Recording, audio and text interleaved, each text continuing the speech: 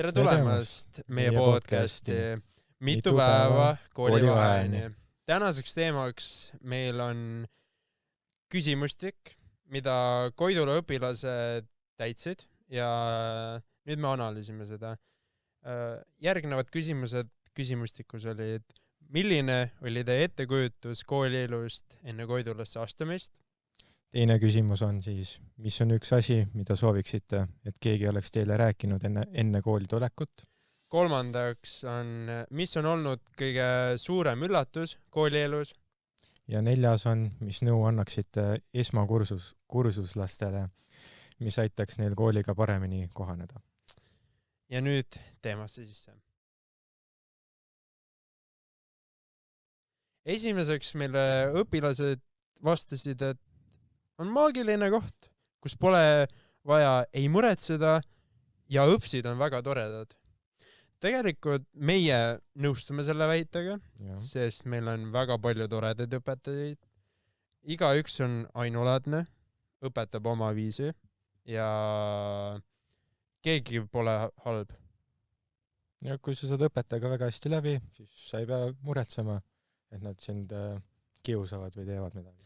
Kõige tähtsam on see, et sa ei puuduks koolist. Kui sa puudud koolist, siis koheselt tekivad lüngad ja ei ole nagu see kuidas öelda? Neid on väga raske täita. Jaa, väga raske täita on neid. Et Koidula nagu see põhisõna on, et ära puudu koolist ja õpi ainult. Ja. Siis järgmine selle küsimuse vastuseks oli siis, et rohke suhtlemine, ühisüritused, koostöö ja õppimine. Et see rohke suhtlemine on tõesti üks väga tähtis asi, et kui te saate õpetajatega ja kõikide teistega väga hästi läbi, siis on teil ka koostööd hästi teha, õppida on hästi. Üks väga tore asi siin koolis on see, et siin on hästi palju ühisüritusi, mis kas siis õpetajad koostavad või juhendavad või siis ka õpilased, kes teevad neid oma uurimustöödeks, loovtöödeks. Ja see on päris hea tegelikult. Meil Koidulas on see, et kui G1 ehk siis 10. klassi õpilased tulevad siia kooli, siis need võetakse piduliku sellise vastuvõtuga koolis, et näidatakse üldse kooli ette, siis tutvustatakse klassijuhatajad näiteks. Ja siis tuleb klassijuhatajatund ja siis kõik nagu hakkavad tundma üksteist, et see kool oleks nagu üks suur pere, et keegi jääks siit ilma. Näiteks meil on ka ühisüritusteks näiteks talvel peetav jõulupall, siis on meil tõrvikute rongkäik ja palju teised üritused. Ja siis kolmandaks meile vastati, et kõik on toredad ja targad. Kool on suur ja kõik vajalik on koolis olemas. See on tõesti. See on täitsa soliidne väide sellele. Sellepärast, et kõik õpilased on tored, kõik on nagu, kui sa pöördud kellegi poole, siis sa kogu aeg leiad mingi info, mis aitab sind või tee, mis juhatab sind lõpuni, selle asja nagu, kui öelda, otseselt lahenduseni. Ja siis kool on tõesti ka suur ja kõik vajalik on koolis. Näiteks on meil olemas koolisöökla, ehk siis toit on olemas. Meil on kehalise kasvatuse õpetajad väga head, ehk siis kehalise kasvatuse tund on väga huvitav ja mitmekesine, mängime erinevaid mänge ja me veel seal teeme väga palju akrobaatikat, et tulge siia Koidulasse õppima, väga tore kool. Neljandaks on siis üks ettekujutus oli see, et koolitoit on parem, kui see päriselt on. Et tõesti on selle koolitoiduga nii, et isegi mõned õpetajad ütlevad, et ei ole kõige parem toit, aga kui ikkagi kõht tühi on, siis on täitsa võimalik käib ära süüa. Küll, on ju? Jah, käib ka. No sellest ma ka nõustuksin, sest isiklikult meil koolis, alles eelmisest aastast tuli see mingi firma, kes teeb seda toitu, mitte Koidula kool ise. Et põhimõtteliselt nüüd on nagu, no see on nagu valmis toit, mida soendatakse ja lihtsalt see ei ole kõige parem. Näiteks isegi Tõnu Tamm ütleb selle peale, et pole väärt seda. Tõesti, praegult tulid veel need lisa nagu, et sa saad osta mingi nagu eine endale mingi väikse raha eest ja kool isegi panustab sellele, et noh, võtab selle tasuta toidu ära ja annab sulle soodustust selle eine ostmiseks. Mingi €36 või midagi selle kanti, aga see ikka pole lahendus, sest kodus toitu, mida pakuti näiteks põhikoolides õpilastel, oli nagu kordades parem kui Koidulas. Aga ma loodan ja me loodame kõik, et see tulevikus areneb ja kokatädid on rohkem õpilaste poolt kui selle poolt, et lihtsalt serveerida toitu. jah, ja üks asi on veel, et oli neljapäeviti, et on võimalik ka pannkooke osta. €1, jah. Mis on isegi päris maitsvad võrrelda, sest siin muidu niisama magustoitu ei pakuta. Jah, ja siis liigume edasi, et siin on ka selline väide, mis on nagu selline 50-50, et nõustun ja ei nõustu, et õpetajad on karmid ja palju kodutööd. Sellest, et õpetajad on karmid, see ei ole tegelikult nii tõsi, sest kui sa saad hästi õpetajaga läbi, siis iga õpetaja on sulle nagu selleks eeskujuks ja alati tahab sind aidata, mitte sinu vaenlasena olla. Ja palju kodutööd tegelikult siin koolis ei anta nii palju kodutööd. Oleneb, mis tunnis sa oled, näiteks matemaatikas, oleneb palju te tunnis jõuate teha. Kui te jõuate ikkagi päris palju, siis koju ei tohiks jääda midagi. Ja kõige suuremad nii-öelda kodutööd on praegu olnud näiteks raamatu lugemised kirjanduses. jah, et põhiliselt on väga minimaalselt nagu kodutööd, kõik ikka proovitakse jõuda tunnis valmis. Kui ei jõuta tunnis valmis, siis tõesti tuleb kodutöö.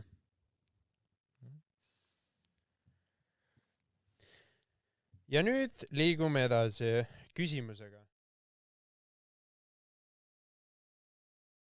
Ja esimeseks on, et halb toit, sest me rääkisime, see on tõesti üks väga argumenteeriv igapäevane selline meie kooli asi, mida peab lihtsalt kogu aeg suruma, et see äkki üks päev muutuks paremaks. Siis teine on, et ma kannaksin kaasas palju raha, kuna Selver võtab kõik ära.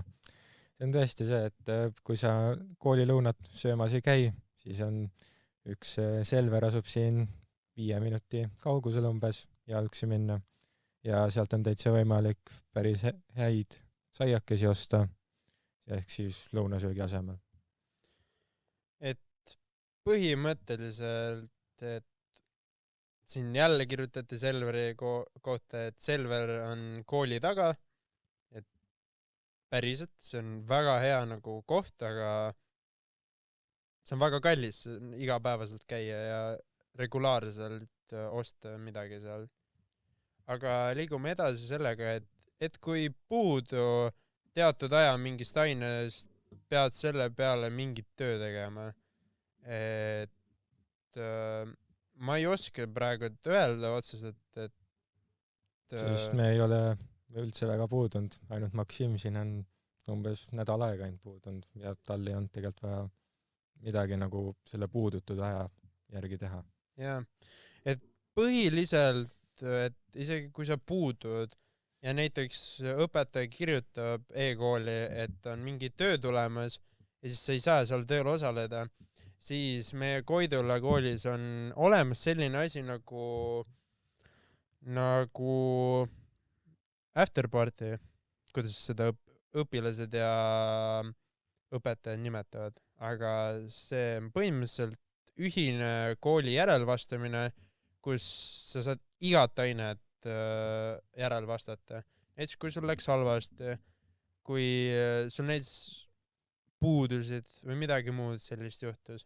Aga õpetajad on natukene selle poolest ranged, sellepärast et näiteks kolmesi nad ei taha parandada, sellepärast et on väga paljusi õpilasi, kes tahab parandada tööd ja siis pärast lihtsalt tuleb välja, et saab jälle sama töö siis sama hindega ja siis tuleb välja, et lihtsalt raisatud aega on põhimõtteliselt õpetajal. jah, ja need afterpartid toimuvadki reedeti alates kella 3, aga tavaliselt saad juba umbes pool tundi varem juba sinna kohale minna ja alustada. Et järgmine asi on siis, et õpetajad on toredad ja humoorikad, mis on tõesti, et kõik õpetajad, kui sa saad nendega väga hästi läbi, ei ole mingeid probleeme, siis nad on tõesti väga toredad, paljud teevad ka palju nalja, räägivad palju enda kogemusest, elust ja mis aitavad nagu kaasa õppida. Näiteks füüsikatundides Tõnu Tamm on väga aktiivne nii-öelda, toob hästi palju näiteid. Et põhiliselt jaa, Tõnu Tamm ongi ainuke selline naljakama huumorisoonega, et põhiliselt ei olegi nagu sellist õpetajat, kes nagu teeks tunnis nalja ja see oleks nagu huvitav ja väga nagu aitaks õppimisele. Et jaa, siis meil oli küsitluses järgmine küsimus ka veel. Jälle mainiti, et see on toidu kvaliteet, et see on tõesti probleem. Siis järgmine on ka jälle, et kooli ees on Selver. Järgmine on siis, et kui erinevad on õpetajad. Et ma ei oskagi nii täpselt öelda, et kui erinevad nad on. Kõik nagu õpetajad tegelikult väga hästi. No igal ühel on ikkagi oma viis, kuidas nad õpetajad. Et jah. Et jaa, siin on ka veel mainitud, et õpetajad on kõik head ja arusaadavad, vahel teevad nalja ka. Et see on väga tõsi. Et selle jaoks tasub päriselt aplaus, sest õpetajad on nagu väga head. Et jah. Ja siis on veel ka järgmine, et kui lihtne on klasse leida. Et see on tõesti, et meil siin kooli peal on iga klassi juures on suurelt seina peale kirjutatud selle klassi nii-öelda nimi, kas siis mingi võõrkeel, matemaatika, eesti keel. Ja siis suurelt on ka kirjutatud klassi number, mis läheb korrustega kokku, et kui on esimesel korrusel, algab 100-ga, teisel korrusel 200-ga. Siis öeldi, et kõige suurem üllatus on, et on pikad vahetunnid. Jah, meil on kusjuures Koidulas väga pikad vahetunnid, 20 minutit. Aga sellega kaasneb ka see, et on meil paaristunnid, mitte üksikud tunnid, ehk siis ei ole 45-minutised tunnid, vaid on 1,5-tunnised, ehk siis tund ja 30 minutit. Et tegelikult see süsteem on väga hea minu arvates, sellepärast, et sellega nagu kaasneb see, et näiteks vähem kodutööd, et sa saad nagu rohkem tunnis tehtud, vähem kodus teha. Jah, ja näiteks kehalistega on ka väga hea, et tavaliselt 45 minuti sisse ei jõua nagu ennast riidesse panna, siis nagu tunnis ära käia, siis veel pesema minna, et see tund pool on täitsa normaalne aeg, et kõik saab tehtud. Et jah, ja nüüd on ka meil veel suur üllatus, et mingi kunsti ja muusikat nii tõsiselt võetakse. Meil muusika on nagu väga teretulnud, näiteks isegi sellistel vormidel. Meil on kooliraadio näiteks, iga reedel on meil otse-eetris raadio, kus räägitakse näiteks igapäeva nagu teemadest, siis räägitakse ilmast, lastakse natuke muusikat, aga kunsti poolest meil on koolis nagu väga palju maale tuntud artistidelt ja teevad üleüldse kooli nagu välimuse nii ilusaks, et siin on nagu väga meeldiv keskkond ja meeldib õppida.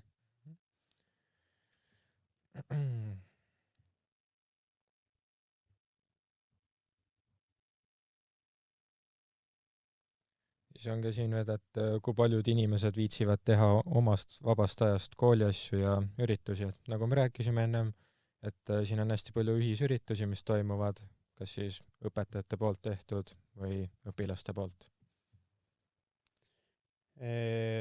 Siin on ka veel meil mainitud, et lihtsam kui arvasin, väga hea seltskond ja õpetajad on väga abivalmid.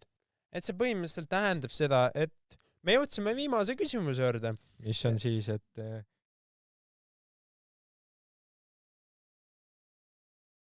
siis esimene on kõige tähtsam, et käi tundides kohal, et ära puudu üldse. Siis kui sa ikkagi tundides kohal käid, sa saad mingi aimu kätte, kui sa isegi teemast kõige paremini aru ei saa. Ja siis, kui sul ikkagi hinded on sellised head nii-öelda 3-4, siis ei ole sul mingit probleemi. Käi ikkagi tundides kohal ja siis sul ei ole mingit probleemi, et sa võid koolist välja kukkuda midagi. Tavaliselt Koidulas ei kukuta välja esimesel aastal, sellepärast et esiteks seadusega sa ei saa kukkuda välja ja teiseks veel, et õpetajad ikka motiveerivad sind ja proovivad teha nii, et sa ikka lõpetaksid selle 10. klassi ära ja läheksid edasi õppima 11. Jah, see esimene nii-öelda 10. klassis ongi, et nad lasevadki õpilastel harjuda lihtsalt ära, et nüüd on pikemad tunnid, raskemad asjad ikkagi ja siis rohkem töid, kui põhikoolis oli. Nad eriti ei suru sinu peale, vaid nad rohkem tahavad ikka nagu abivalmimad olema.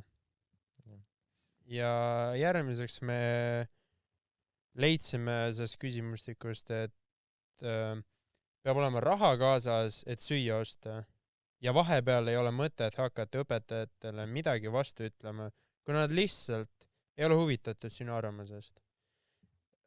Raha kandmisega täitsa nõustun sellega, kui sa tahad osta mingid einet näiteks sööklast või meil on isegi kohvik olemas meie koolis, kus näiteks saad osta võileibu, Kinder Buenosi, saad osta midagi juua endale, smoothiesi, igast nänni saad osta sealt. Et kohvik, ma ei ütle mitte midagi selle vastu, väga hea koht, kus süüa. Jah, seal on ka väga mõnus niisama malet mängida sõpradega ja niisama lihtsalt olla vahetunnis. Jah. Ja see, et vahepeal ei ole mõtet hakata õpetaja midagi vastu ütlema, väga õige, sest ikkagi õpetaja on vanem isik sinust ja teiseks ka, et sa pead austama teda, sest ta aitab sulle ehitada su tulevikku ja see, et lihtsalt ei ole huvitatud sinu arvamusest, see ei ole õige. Nad on huvitatud sinu arvamusest, lihtsalt kui sa ajad mingi umbluud, siis eriti neil pole seda mõtet kuulata. Nad ei tee mitte midagi sellega. Kui sa räägid asjalikku juttu, siis nad ikka võtavad kuuldel seda ja ikka aitavad sulle edasi tulevikku ehitada. Siis järgmine on, et olla sotsiaalne. Et ikkagi, ja siis ka järgmisega ühendub see, et ära karda abi küsida. Tulebki olla sotsiaalne, et õpetajatega ikkagi suhelda, kui sul mingid probleemid on või on raskusi, et ei saa mingist teemast aru või on niisama mingid probleeme, et on vaja mingit hinnet parandada, et ikkagi klassijuhataja poole esimesena ja siis tema juhendab sind edasi sealt. Siis siin on meil viimasteks veel pandud, et tehke kohe ära enda tegemata jäänud tööd, sellepärast, et pärast tekivad lüngad, nagu me varasemalt rääkisime. Ja selle tõttu lihtsalt tekibki selline, kuidas öelda, selline auk sisse, piltlikult öeldes. Ja siis sul on lihtsalt raske seda järel teha, sest uued tööd tulevad peale ja siis sul seda vana risti rohkem teha pole aega. Jah, ja tavaliselt õpetajad annavadki, oligi vist 2 nädalat aega, et see töö järgi teha ja nad arvestavad ikkagi, et kui sa oled haige, siis nad annavad sulle aega juurde ikkagi. Ja kui sul on ikkagi mingid tervislikud põhjused või mingid sellised, mis ei ole lihtsalt, et sa ei viitsi teha seda. Traumad, vaimsed puuded, kõik läheb sinna alla. Ja siis meil on veel, et võtta asja rahulikult ja õpitööde jaoks. Gümnaasium pole nii lihtne kui põhikool. Sellepärast, et jällegi sa oled edasi 1 aasta, sa oled uues elu, etapis ja sa pead harjuma lihtsalt, et gümnaasium pole rohkem lallalla ja trullalla, vaata. Et nüüd on ikka, sa pead õppima, sa ei saa lihtsalt nii võtta, et puusa pealt panen ja ongi kõik. Jah, seepärast gümnaasium ongi põhiliselt see etapp sinu elust, mis valmistab sind ette siis kas siis ülikooliks, näiteks, ma ei tea, TalTechi jaoks, Tartu Ülikooliks, oleneb, kuhu sa edasi tahad minna. Väga head koostööpartnerid teed Koidulaga. Et põhiliselt meil Koidulast lähevad, enamus õpilased lähevad Tallinna Tehnikaülikooliks, siis TTÜ-sse. TalTechi. Jah, et põhiliselt ongi see Eestis üldsegi kõige suuremal määral lähevad Koidulast TalTechi õppima mingid näiteks bakalaureust või magistrikraadi, isegi doktorikraadi, et edeneda oma elus ja tulevikus.